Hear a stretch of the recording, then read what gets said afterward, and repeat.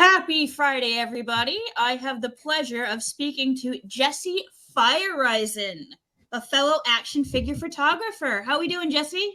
Good. Mary, pleasure is all mine. Thanks for having me. A couple technical glitches and a little scheduling conflict. Or no, how are you feeling? Feeling much better? Wow. No, loads. It's always fun when you get the plague again. So, I do appreciate the rescheduling and everything. No I know it's been left, right, and center, but yeah, I'm happy to have you here. Yeah, happy to be I don't know if we need to fix the links because probably everybody's going to that one. Oh, I didn't even think of that. Yep. That is a good question. Yeah, if you just want, I only have one YouTube channel, and I take it this is the only video of me going live, so this should be pretty simple. Well, if nothing else, it'll be recorded and people can watch it at their leisure too. Yeah. Well, there we go. Put that. So, what got you into action figure photography? Well, let's see. So I came at action figure or toy photography more from a photographer standpoint.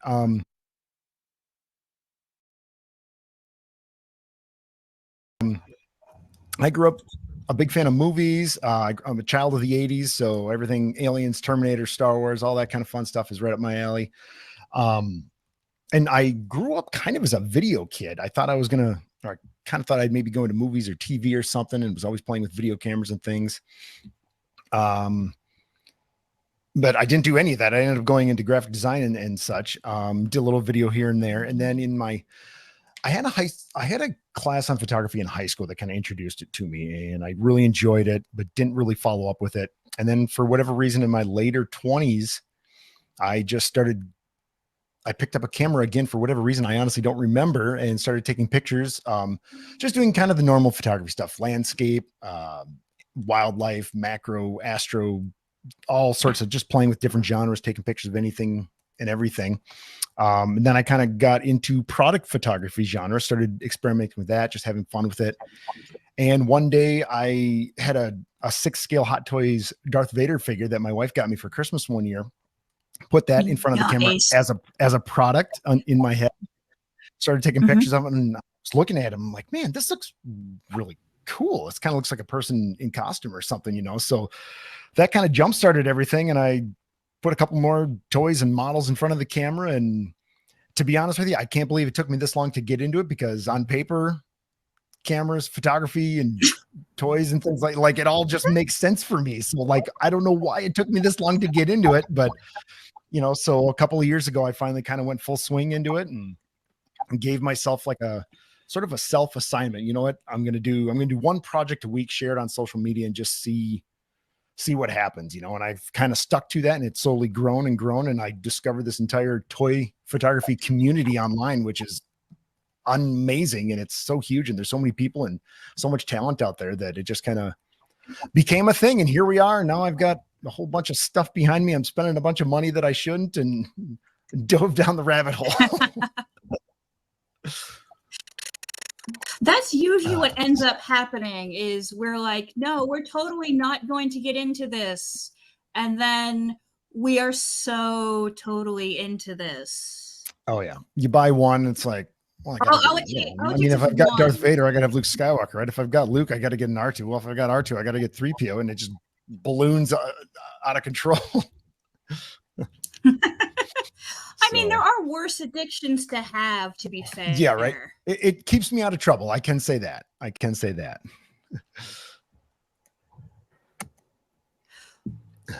But no, that's great. I know that we met via Twitter. How do you enjoy having social media kind of inform what you're doing? Oh, that's a good question. Well, it's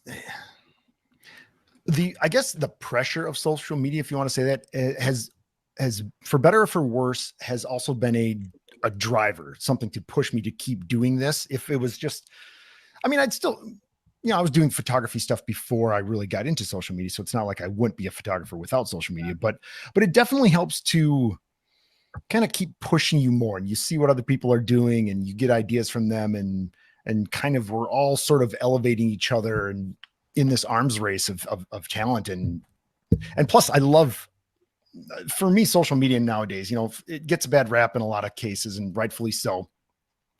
But I think if you really just take a little time and sort of curate your feed, before you know it, you get rid of a lot of the negativity stuff. And now when I'm scrolling, my feed is just beautiful landscape shots and toy photography and really cool, energizing, creative, imaginative, and inspirational type stuff. So it really helps in that aspect for sure. It has, I will say, in one aspect, it is sort of, since most people are looking at their social media on mobile devices, it has impacted in the way I shoot as far as like aspect ratios. Like I mentioned, I grew up more in a movie mindset, fan of movies and things like that. So I actually like to shoot things widescreen, like Cinescope. Like right, exactly. You're that like kind of 9x16 all day. Yeah. I love framing like that. So now, but with social media and everyone on their mobile devices, unfortunately, my widescreen shot, while it may look great on a desktop, it looks like a tiny, tiny little thumbnail, on social media. So in a lot of cases, it's forced me to rethink shots and like, oh, you know what, maybe I'll do a portrait shot, which I may not have done as much in the past, but now I actually enjoy it because it's a whole different type of framing and you can get really cool shots.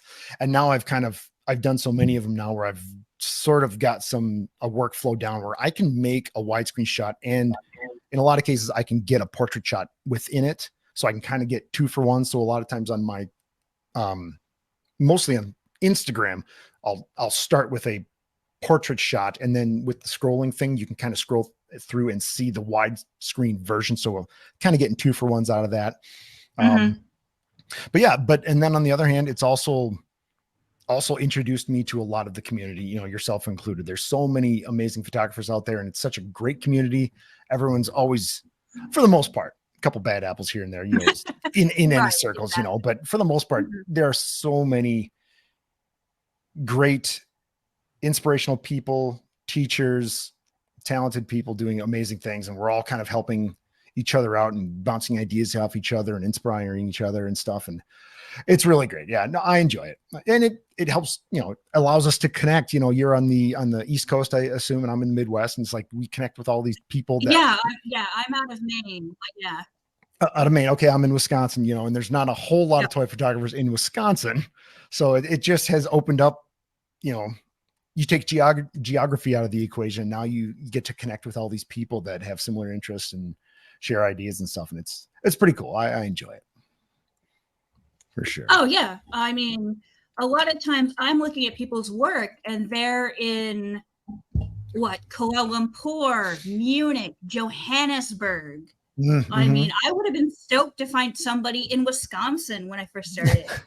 It was very isolated, very spotty, but very, once you found them, you've really found them.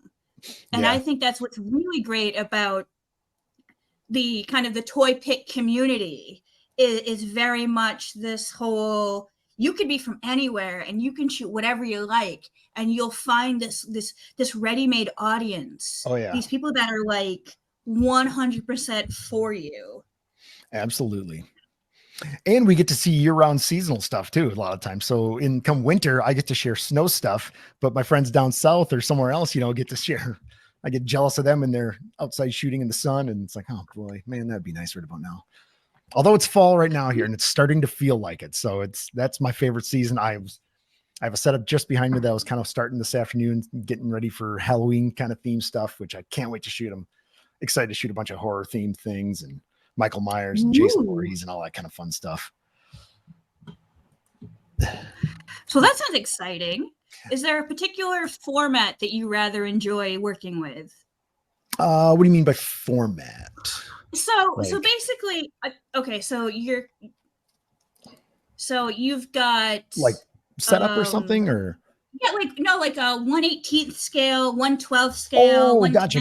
Scale. Okay. Yeah. Yep. let's see, a favorite. Well, I shoot mostly between 12 scale and 6 scale. 12 scale because they're much more, well, I can get wider shots with them, and there's a lot out there, and they're a lot easier on the wallet, of course.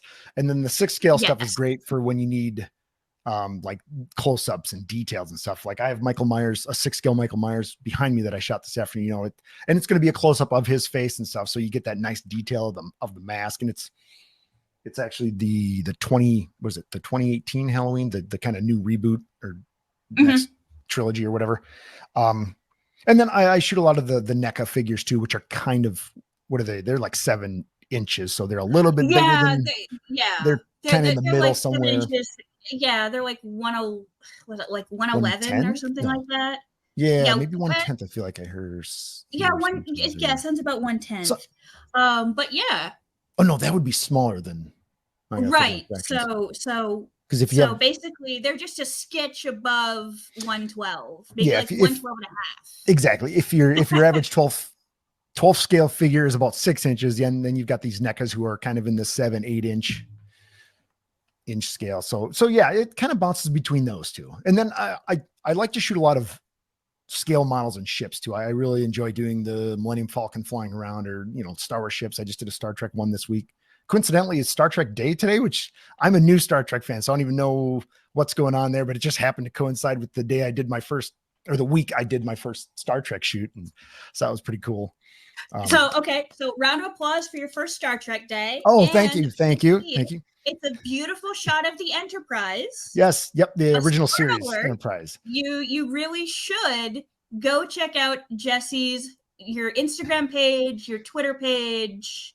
Yeah. I think you even have a website as well. I do. Yep. I've been keeping tabs on a website, and I do a running blog. So if you don't happen to follow any of the social medias on my website, on my blog, I kind of post the same thing. Like, here's a weekly shot. Here's the hero shot. Here's a couple behind the scenes things. And then kind of a 2 or 3 paragraph breakdown of what I did, how I did it. Oh, and you can purchase prints there as well. I should keep putting that out there. So, yeah. In fact, I think I've got, oh, you can't really see it on camera. I've got a Millennium Falcon print behind me. That's not to get ahead of ourselves here, but that is definitely one thing I would like to get out there to all the other toy photographers. Print your work. It's a whole nother world to see it, from going from seeing it on your phone to seeing like a 24 by 36 piece on it. Oh, thank you, Zach. Thank you. Appreciate it. Yes, Zach. Yeah, he's right. It is absolutely a killer shot. And we're finally getting some people. I do realize that we had some tech issues before, and it looks like we got Jay Shot in the house. Hey, Jay Shot. Hey. Cool. So I did invite everybody to drop questions in the chat. Oh yeah. So absolutely. It's definitely, this is what I love about doing this online. And this is my very first one. I've been watching people like Toy Father and Jay Shot and Machu Toy. They do like a weekly thing every like Wednesday at like 8.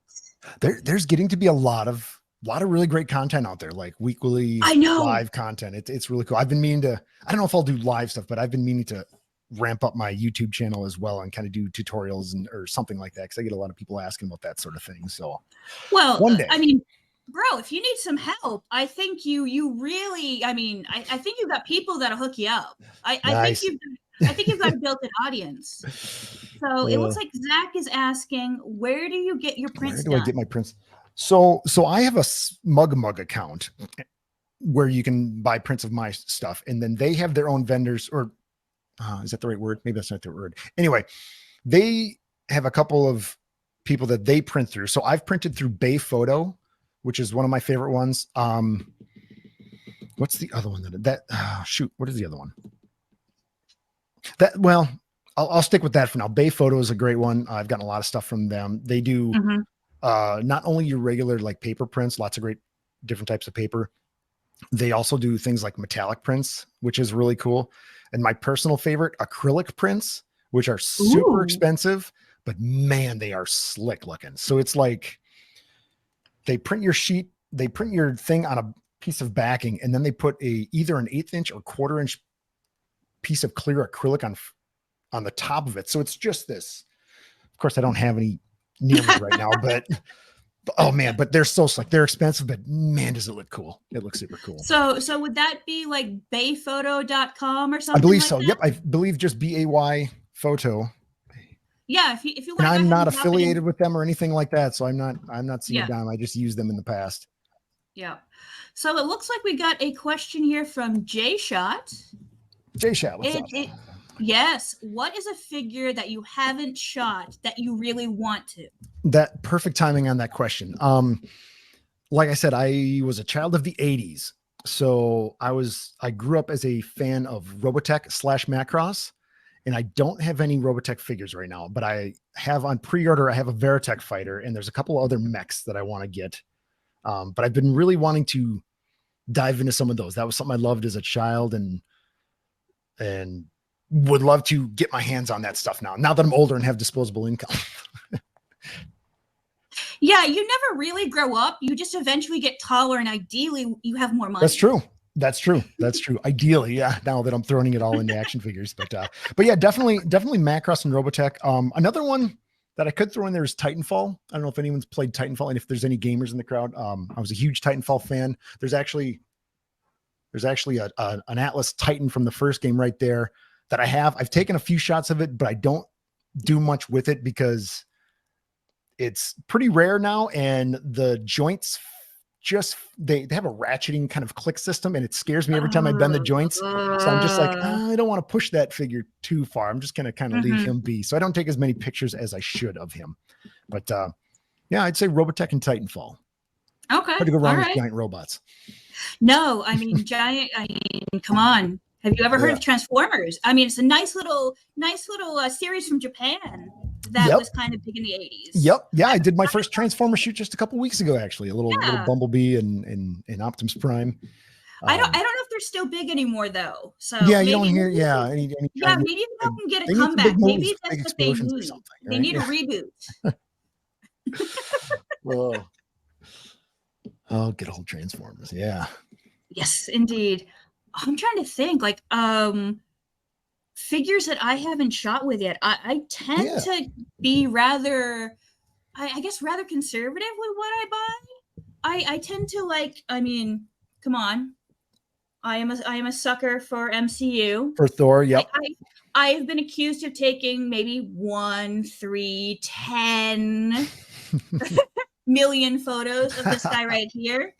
Nice. But I am rather interested in the new Infinity Saga series that Hasbro just put out, which is supposed to be more MCU pinless, upgraded figures, supposedly better head designs and stuff like that. But I try to keep it light and tight because usually what I'm doing is I'm traveling. Oh, really? Okay. So I've taken my figures to the UK. I've taken them to New Zealand. I've taken them to Ireland. I've taken them.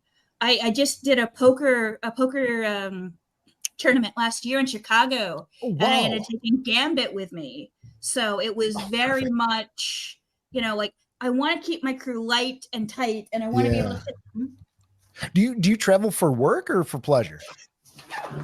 For play, but I usually, I hate to say it, but I kind of keep my guys in this. I know that everybody's kind of cringing, like, you have shelves, or, I in, the MOC community, the in the box guys are dying seeing them in that bag.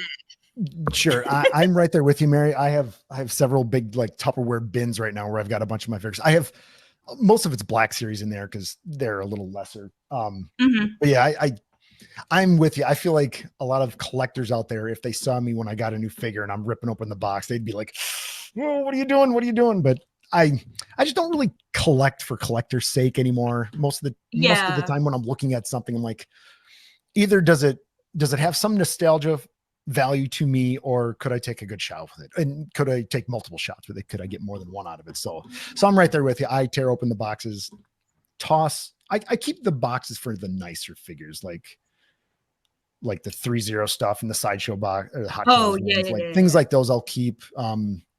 What else? Like the Mezcos and SH Figuarts and those kind of nicer ones. But like Black Series, I just rip them open and throw them in a bin.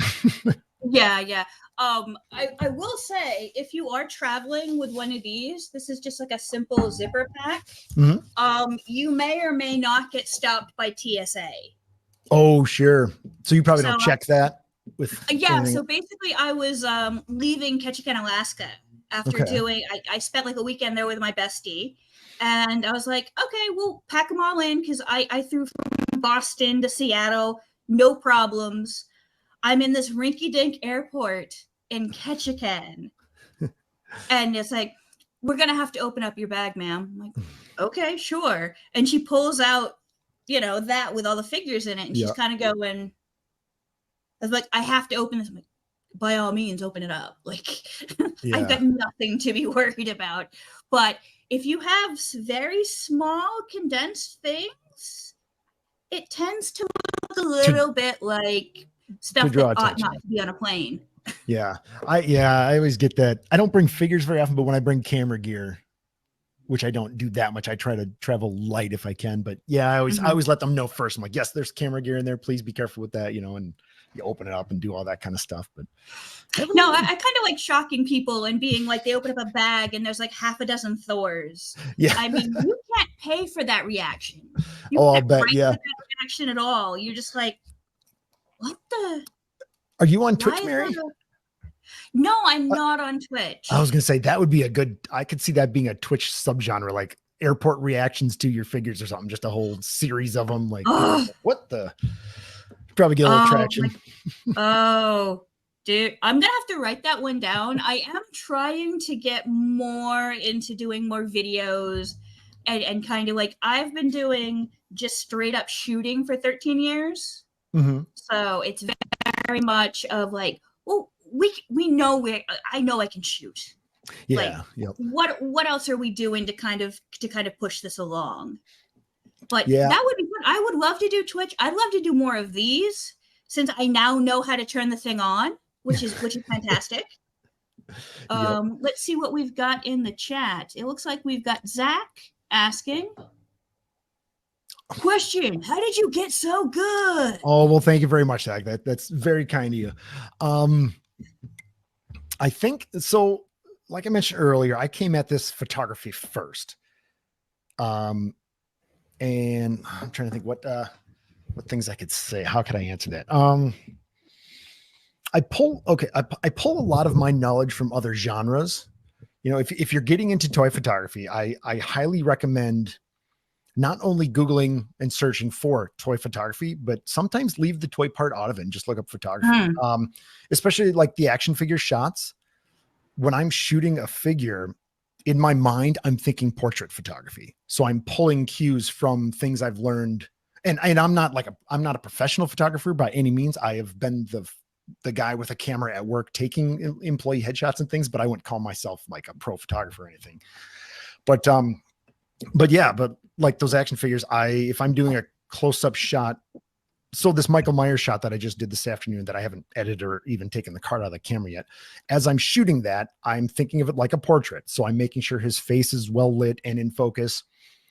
His eyes are actually what I'm focusing on is his eyes. If the characters tilt a little bit, focus on the eye closest to the camera. They say if you miss the eyes, you miss the shot. There's like a psychological thing, unless you have a creative reason otherwise. Like if a person is maybe holding a gun and you want to focus on the gun and not the eyes, then there's reasons. But I guess to answer your question, I pull a lot of information from other genres. I learn a lot of things. Product photography is another great one. If you want to get into toy photography, product photography is another genre that has a lot of great tips and a lot of techniques. Macro photography would be another good one. If you do the vehicle stuff like ships and things that I'm kind of getting into, aviation photography is a great one. Automotive photography, you can learn a lot from those. And just studying that kind of photography too, studying other photos and how the light looks and how the motion looks and composition and things like that. So yeah, it's kind of the scenic route to get there. But yeah, I would definitely say keep your eye on other genres of photography too, to learn a lot of things. You can pull it all together and create some good. Oh, and don't forget to learn post-processing, lighting. Yeah. composition, post-processing. Post-processing is really half the battle nowadays. Kind of like George Lucas used to say, where audio is, when you're going to see a movie, audio is half of the experience, just like video. I think it's the same with photography too. The post-processing is, because if you don't, I mean, there's people who don't post-process, and that's totally fine. The straight out of camera folk, that they are incredibly talented, the way they work with light and do all that amazing stuff. That is so cool how they can do that. But for me, I like to do kind of the fantastical cinematic stuff. So I can't really get it all on camera at the same time. So you really need to learn post-processing. Another reason for the post-processing thing is it's almost not enough to just take a picture these days. Everyone has a cell phone with a camera on it. So there are so many photos out there right now. Anyone can pretty much snap a photo. So one of the ways to kind of elevate your photography or make it stand out from everyone else's is to kind of get into post-processing and doing things like that. And by post-processing, I don't necessarily mean the crazy stuff like lasers and explosions and motion and all that crazy stuff. It's also just things as simple as just simple exposure correction, just making sure your highlights aren't blown out, make sure your blacks aren't clipped and things, vignetting, sharpening, saturation, vibrance, a whole bunch of little things that just nudge your photo up a little bit more above straight out of camera, I think. So no, absolutely. I mean, I come from film, so I went to film school. So like I collected action figures as a kid and stuff like that, but I never thought like, I'll just, just do whatever with them. And then I got out of film school, and I don't know if you've had this problem of you want to be really creative, but you have to count on like 17 different other people to want to be creative with you. That is tricky. Yeah. Yeah. So basically I was like, you know what? I think I was a year out of film school, maybe 2. And I'm just like, you start to feel the rust come on. Like ring rust. Yeah. I mean, I was working at a TV station. My first job out of college was working doing live TV. So you would figure I went to school for television production too. I never worked in TV, but so okay, that's cool. No, absolutely. So, and a lot of it, I think somebody mentioned at some point, I think it was like a throwaway line from one of my instructors, is like, so-and-so uses action figures to set up their shots. Oh, and it was just such a throwaway line. Yeah. Interesting. And I'm just like, huh. And then, I'm sitting bored out of my mind, just kind of like, I'm clicking buttons, I'm doing the weather reports, all this kind of stuff, and just running not like a switcher really or something, or yeah, I was using one of those huge. Excuse me. It looks like a computer that could launch the space shuttle. Oh, sure. Yep. It looks like a NASA control panel. Yeah. It looks like a NASA control deck. Yeah. I mean, I think it was a CTR, like old school monitor, the whole 9. Got your fade. You're fading. Oh, yep. I was fading. Had my A and B. Oh yeah. I had my little mic on, talking to talent. Oh, that's so funny. all that kind of thing. Oh, that's cool. Yeah, I never did that professionally, but I did that in school, and that was a lot of fun. Yeah. Yeah. So I did that for a while, but I just wasn't. It was great, but it just wasn't really doing anything. So it was the day of my 10-year high school reunion. I'm going to Walmart for potato salad and soda. And I'm bored killing time. So I just figured, you know what? We'll just walk around Walmart. And this was when they just started putting out DC Universe Classics. So this was back in like 2010. Okay. Yeah, I'm not huge into Marvel or DC, so. Okay. That's not a problem. I mean, it's just a basic 5 points of articulation guide. Oh, okay. Nothing to write home about. No elbows or anything, just kind of the. Well, no, actually, no. I think they have. They have elbows, so maybe 12, maybe 24. They're just getting back into like making them.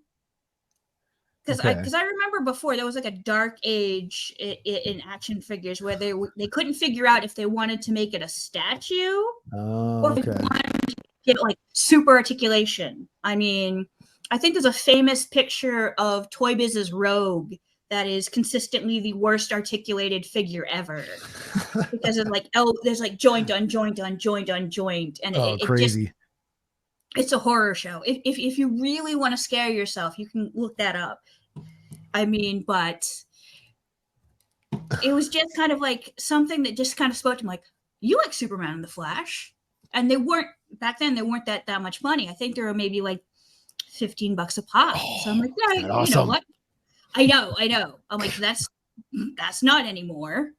Oh, not even But close. yeah, so Oh, I pick them up and I leave them in the car because I don't want to be that person. Because there's still kind of this stigma of like, you shoot toys. yeah. So You so definitely get interesting looks. Yeah, when people figure that out, yeah, and you kind of have to here, look at my here. This is what I do. Oh, yeah, wow. Okay. yeah, yeah. But yes, so basically it was very much that, and then taking them home and then taking them into the backyard and just kind of going nuts. And Yeah. I think the only time I took like a break was maybe 2014, where I think I may have shot 2 photos. Oh, geez. Wow. But I took him to London for 2012 for the Olympics. Yep. Just if I can, take him with me, that's the best part. So, did you get any Olympic themed kind of photos, something with the rings in the background or Uh, anything like that? well, so the thing is, I got cheap tickets, but it was right before the Olympics. Okay. So it was like I got to see the torch run in 3 cities, Oh, wow. which was cool. I mean, I've got a picture of them in Trafalgar Square. I've got a picture of them in Derry, Northern Ireland. I've got a picture of them with the Molly Malone statue in Dublin. Wow. Oh my Yeah. gosh. So, but it is kind of weird because people do kind of give you those reactions in public.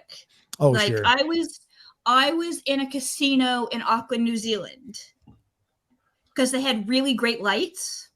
Mhm. And I'm like, you know what? We're just going to kind of have a bit of fun. And, my flash is off. I'm trying to be unobtrusive. I'm just trying to be like, click, click here, click, click Yep. there. And a guy saw me taking pictures. And either this goes 3 ways. It's either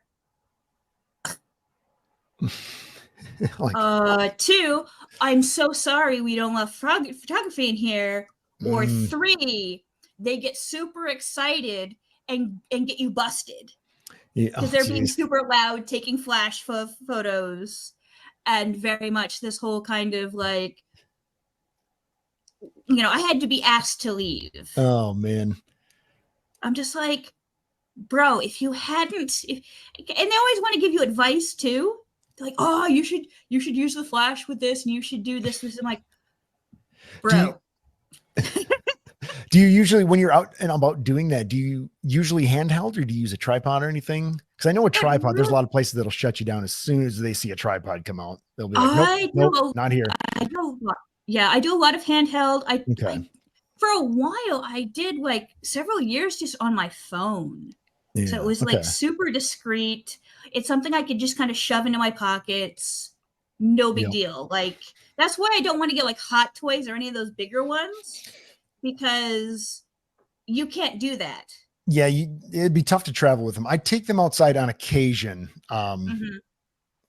Most of my Hot Toys are Star Wars. So if they get a little dirty, I'm okay with that because it's Star Wars. Everything is dirty and weathered anyway. Although I do remember one time I took, when Mandalorian first came out, I took my Mandalorian Hot Toy out and I was in a baseball field in the infield in the gravel. There was nobody there or anything at this park.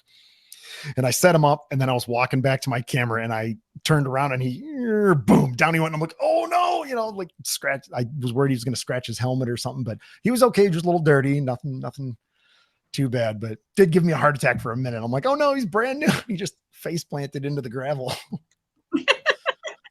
The things we do for our art, right? That's why I can't do it. Yeah, no. And I think it gives them character. Oh, yeah. It gives them that little extra, like, they're not the same as the guy in the box. Exactly. They're very much, they've kind of taken on their own life. And I do that too with a lot of my figures, especially the smaller ones. I'll weather them up a little bit with some paint and give them a. Oh, another good toy photography tip is give them a coat of matte paint of a matte clear coat, because that always dulls them down a little bit and gets rid of that kind of plastic look. Mhm. And then if you do that though, don't forget to go back with some gloss paint and just dab their eyes. Give them a spark on the eyes. Right. Yeah, because you want the eyes to pop. Yep, you want the eyes to have a little bit of gloss to them, a little bit of sheen. So. Okay, let's gonna go check in the chat here real quick. It looks like we've got Wilfredo. Hey, Wilfredo. Yay, 13 years. Thank you very much. Is there any figure that you wish you got and you regret not getting? Oh, is there a figure? Oh, that I didn't get? Yeah, that you're like, now it's sure. like unobtainable that you can't get now. Or it's yeah, too easily. The first thing that came to mind, we were just talking about Titanfall. Yep. I think it was Hot Toys that had. Well, anyway, on Sideshow they had a 6 scale Titanfall pilot, and I have a custom one now that someone made for me, which is awesome. But man, I'm so bummed I didn't get that. That Titanfall pilot, and I can't find him and I'm not going to pay outrageous prices for him, And that was back. I think he originally retailed for under $200. I think. So it was back before they were getting into the 250, 300, 350 range. And yeah, I kicked myself for not getting that one, but that was kind of just before I was getting into all of this. So if I would have known at the time, I certainly would have pulled the trigger on it, but. Right. Only hindsight. Oh, no pun intended. Pulled the trigger. Boom. For the figure, I wish I got the original Rogue. So from X-Men. From X-Men. Yeah, so okay. She came out, I think, what was it, 2016 or so, and people thought she was going to be a bit of a peg warmer, and then she sold out, and then she became impossible to find. Oh no! Or I mean, it would be like $300, $400. Man, like she just went like insane for the longest time. I believe she was like the highest priced Marvel Legends. Wow. Because it was her first time out. Yeah. Oh man. Yeah. But I have one now. They did a reissue back in like 2019. They did a reissue, and now they've got like some other ones coming out. Oh, okay. So yeah. I mean, if you wanted to make your money on that, you should have done it already. Yeah. Now that reminds me, speaking of reissues, another figure that I kicked myself for not getting at the time was the NECA Alien Queen. She was I think 12th scale or NECA scale, basically. Yeah. And the Alien Queen, Alien is one of my favorite franchises as a kid growing up. Well, the first two, I'd throw the third one in there too. I don't mind it. But yeah. And the Alien Queen is one of my favorite movie monsters of all time. I just love her. All hail the Queen. But speaking of reissuing, they announced that they are going to reissue her this fall. So I've got my pre-order in on that one immediately, because I have an 1/18th scale version of her, which is it's a great little figure. But yeah, to get that bigger one, get some detail shots. That thing's going to be sweet. Definitely. All right, let's see what else we've got in the chat. All right, we've got another one from Jay Shot. Thank you, Jay Shot. So we've got, what is your favorite fig? Not the best, but the one that makes you smile when you pick it up. That is a great question. Man, I might almost have to reference back. Do you want to grab him? Can you grab him? I'm still trying to decide which one now. Oh, I saw like a wisp of smoke coming out. I can hear the sizzling. It might almost have to be a tie between the Darth Vader that I talked about earlier, because I think it might have been my first Hot Toys figure, but it was also the one that it was part one of two that kickstarted this whole thing. So it was the first toy that I put in front of a camera and realized, like, wow, this looks really cool. This is something I want to try. And then also the Hot Toys, the first, it would be the Hot Toys 6 scale Mandalorian when he just got his chromed out armor, not the brand new chrome armor one they made, but it was the one that was like the second half of the first season, because that one, I took some pictures of, and it was the first one it was the first contest I ever entered. It was Photoshop World 2021.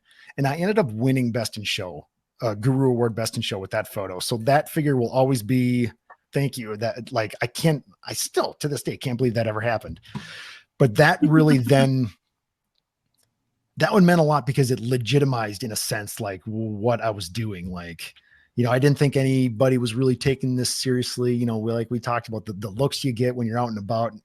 But when that happened, you know, that was a toy photo presented in front of photographers.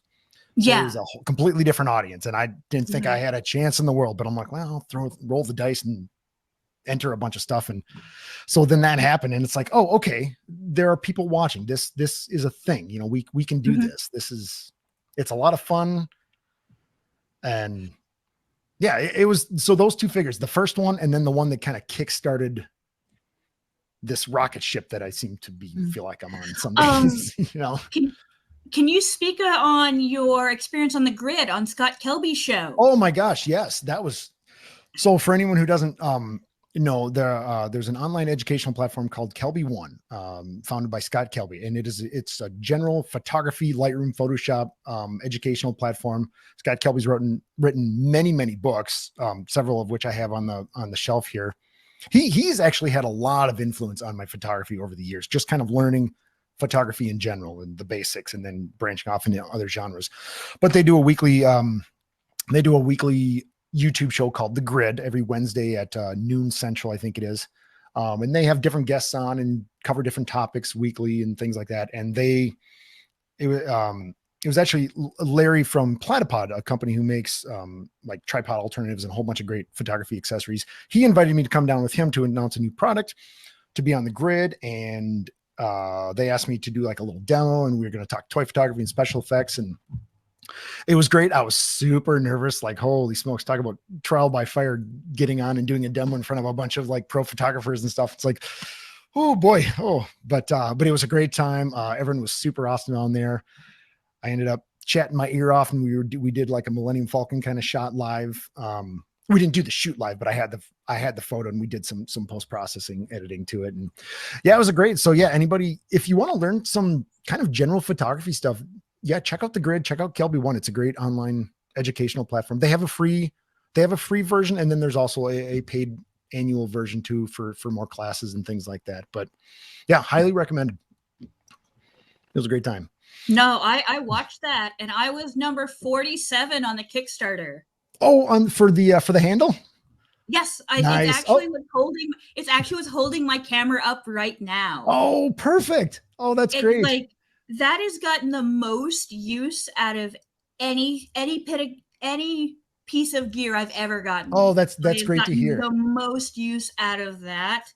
I used to think this Platypod thing was just like, oh yeah, whatever. It's a flat sheet of metal and whatever.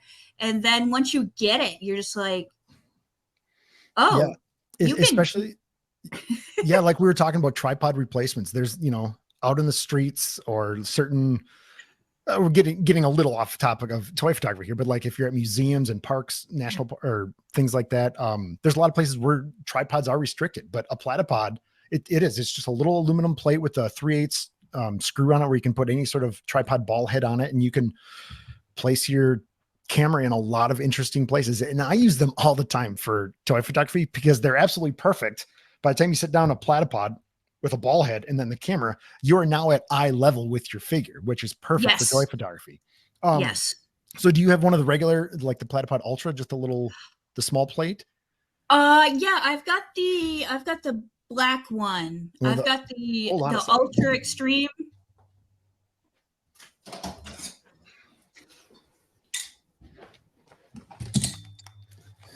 Okay, so you've probably got one like this. Yes, that's my guy. This is the Platypod Ultra. Oh, yes. And sorry, I didn't mean to turn this into a commercial, but full disclosure, I am a Platypod pro. So I've worked with these guys a long time, and they make some really cool stuff. So, but what you really need to get is the Platypod Extreme. This is probably my favorite piece of kit that I actually have in my bag. That's what I have. You do have that? Yeah, that's what I have. I have the Extreme. Oh, okay, not the little one, but the big one. No, the The big one. legs. I have the Oh, big one with the friggin' the with feet and the feet. everything. That is what I love so much about this thing, is because not only is it has a bigger footprint, so you can put a bigger lens on, but yeah, it has these rotating feet, which they're padded on one side, so you can put them on a desktop, but then they're spiked on the other side. You just flip them out, and now it sticks in the rocks, in the sand, in the dirt, and you're outside and I honestly, genuinely love this thing. I use it all the time. I use it all the time. I love it. Yeah. One of my favorite pictures. I think I took it because I like how it fits in a bag. Yep. Yeah. Slides right in, like, super thin. Yeah. So yeah, it fits in a bag. It's super easy. I took it with me because I wanted to show off, because I'm like, oh, I have this, I've got this new toy and da da da da. Yep. And one of them, I think it was the picture of Thor eating an ice cream, which was the first shot that I took with it. And what I'll do is I'll bring it up so we can take a look at it. But also, there it is. To answer Jay Shot's question, I actually want to go grab him because he's not by my side. But what we'll do is we'll just go ahead and I can bring that up. And hopefully with more practice, I can already have this. This is the first time using this and the first time doing a live stream. So I think it's a really good learning curve, but it's definitely a lot of fun. So give me 1 you're second. Doing a great job too. Absolutely. My figure, because he's in my bag. Just to show how much I carry him with me, he's in my go bag that, I take with everywhere. I need to get a cough button. There we go. And we'll go this. Present. All right. I really shouldn't. It's like I'm still kind of talking through this. There we go. Gorgeous. So, all right. You should be seeing Instagram. Not seeing it on my end. Oh, I think. There it is. Oh, okay. Just a slight delay. Yeah, you go. It takes a second. But that was the first one I took with the platypod and the handle and the whole nine. And it's just like, it's very dynamic. It's very, it gives you a scale I wasn't able to do before. Yep. If I were to throw another little pro tip out there, I almost always shoot from the figure's eye level or below. I mean, you don't have to, you can get creative with other ways, but for the most part, to make your figures look larger, shoot them at eye level or get a little bit below them so they stand proud of you and they have more power and they just look larger than life that way. Yep, just like you did here. Mm-hmm. Nice. That's just out in natural sunlight, it looks like. Yeah, it's natural sunlight. It was literally at the ice cream joint. We're literally on picnic tables. That is the medium chocolate soft serve in Norway. Not that I am a paid spokesperson for Norway soft serve, but if you were ever in that neck of the woods, yeah, absolutely, definitely get some ice cream there. Nice. All right. That's the great thing about toy photography too. How you can take a figure like that, a subject, and just put them in any environment, take them with you. There's not a whole lot of stuff to pack.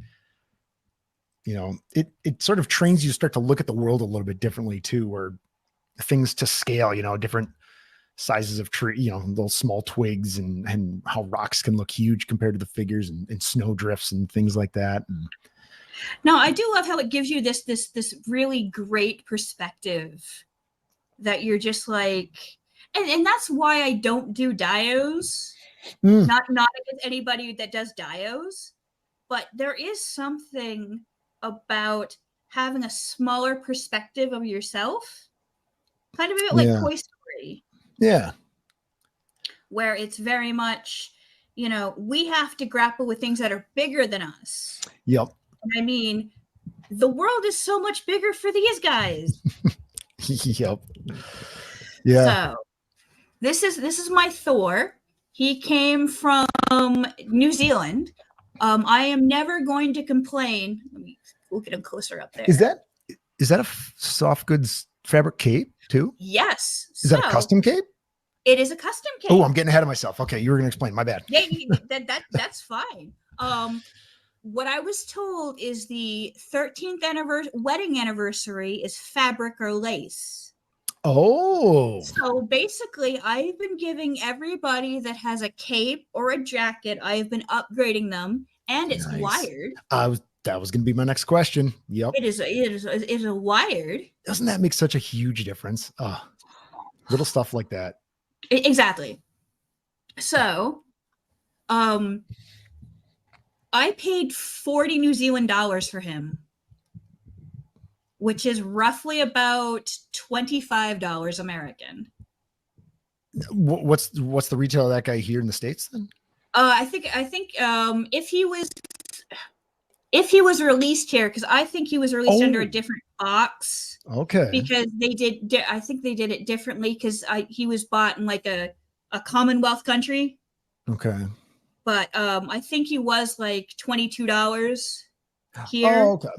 But he was like $40 in New Zealand. Wow.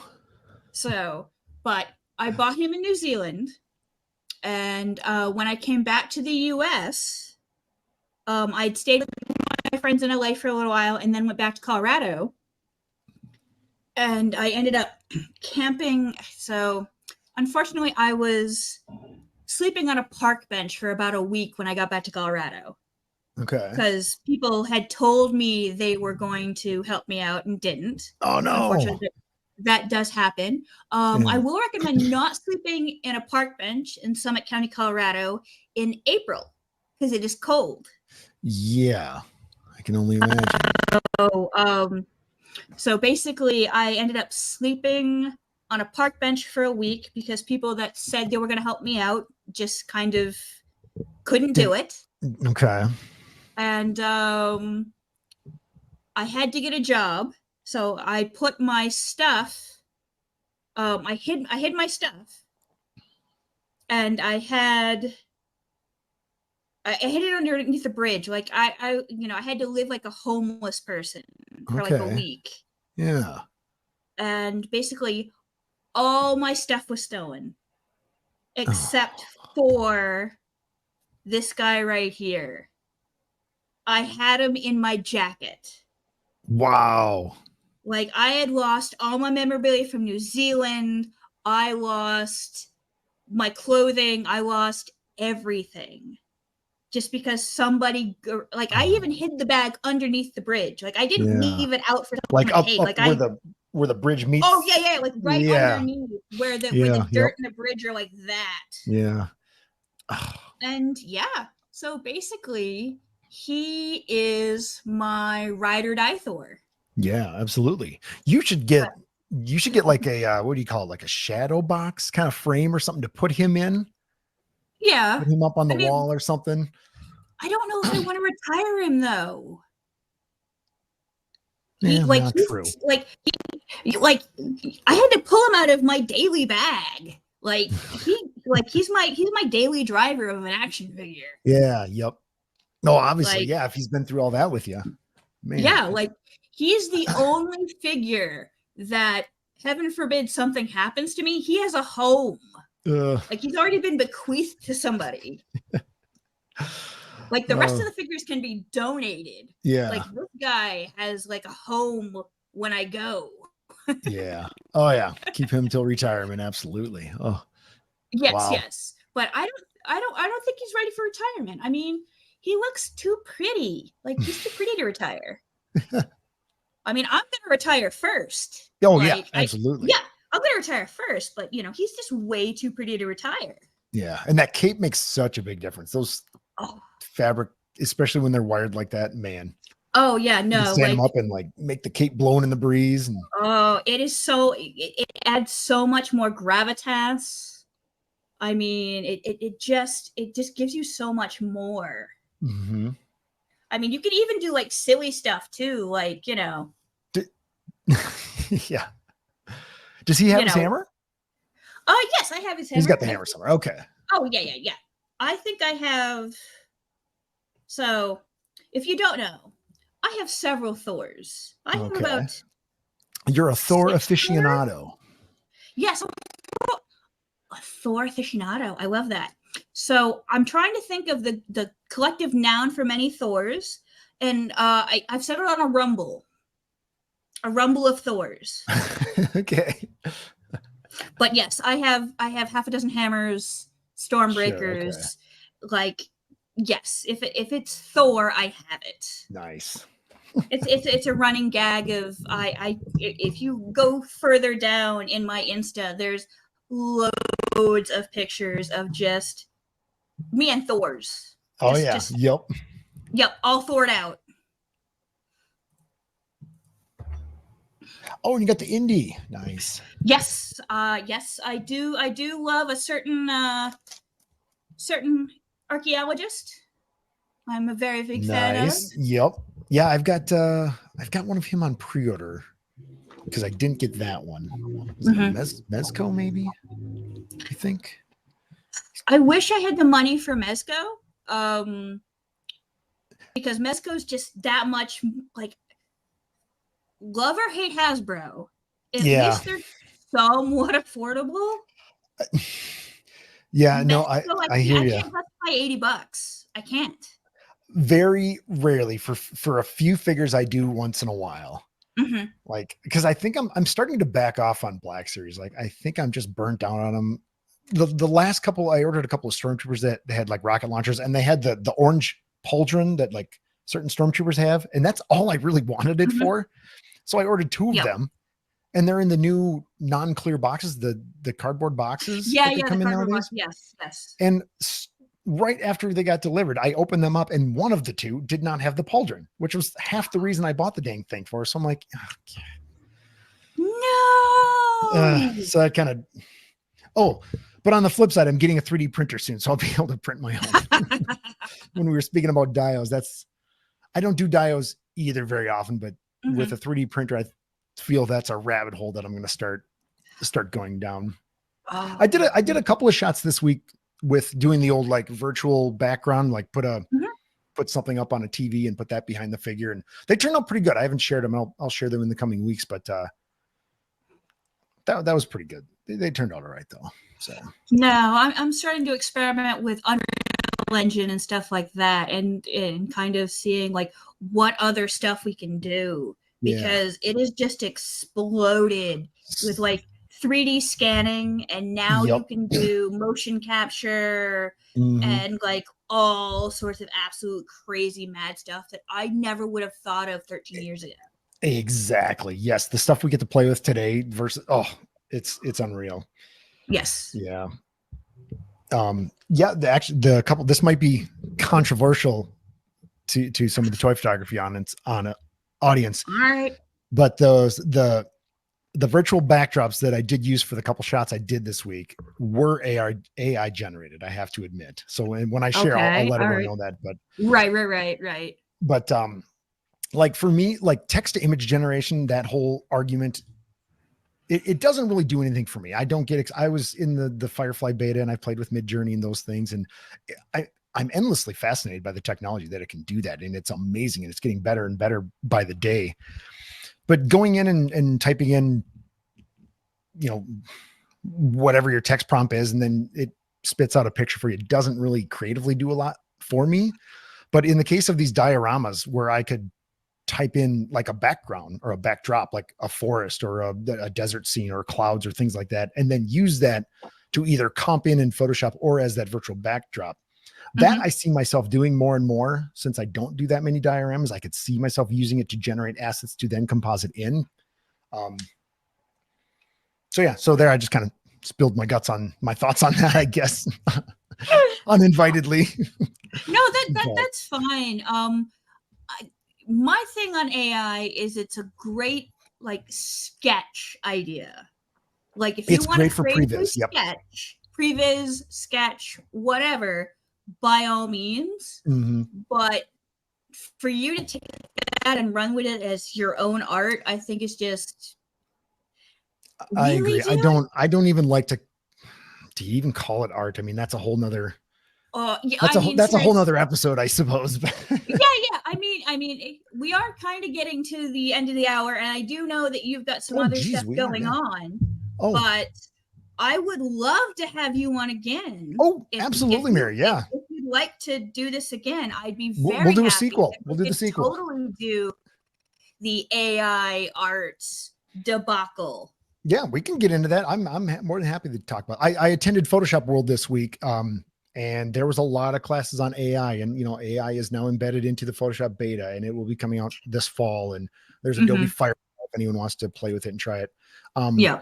The nice thing I do like about Adobe's take on this is the material that their AI sources is their own Adobe stock stuff. So they have commercial license to it and all that kind of fun stuff, where other AIs unethically kind of crawl the web and grab whatever they want and stuff. So I mean, there's a whole conversation to be had there, but I like that Adobe, I mean, the cat's out of the bag, genie's out of the bottle. This stuff is out there. It's going to get more prevalent. I'm a graphic designer by day, so I am starting to use it for production type tasks anyway, which is actually great for me because it allows me to do the boring tasks faster so I can get to the creative stuff, which is really awesome. Yes. Like using AI to select subject or something in Lightroom and Photoshop saves me 20 minutes of the old school way of like using the pen tool. Like lasso or whatever. And doing all that. It's like, if I can just select subject, bam, it gets it close enough. I'll touch up a couple of corners here and there. And now I can start getting creative with it.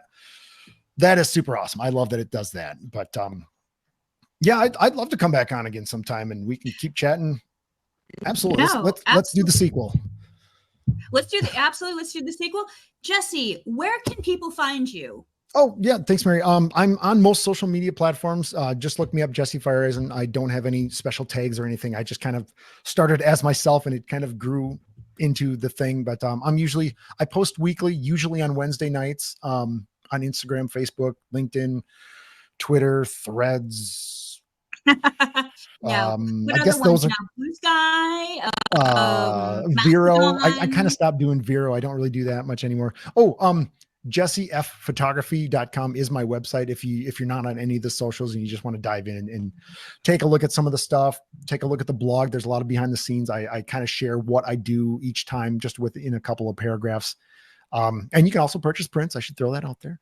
Yeah, absolutely. And I'm already making a list of stuff we should talk about in the future. Oh, perfect. Yeah.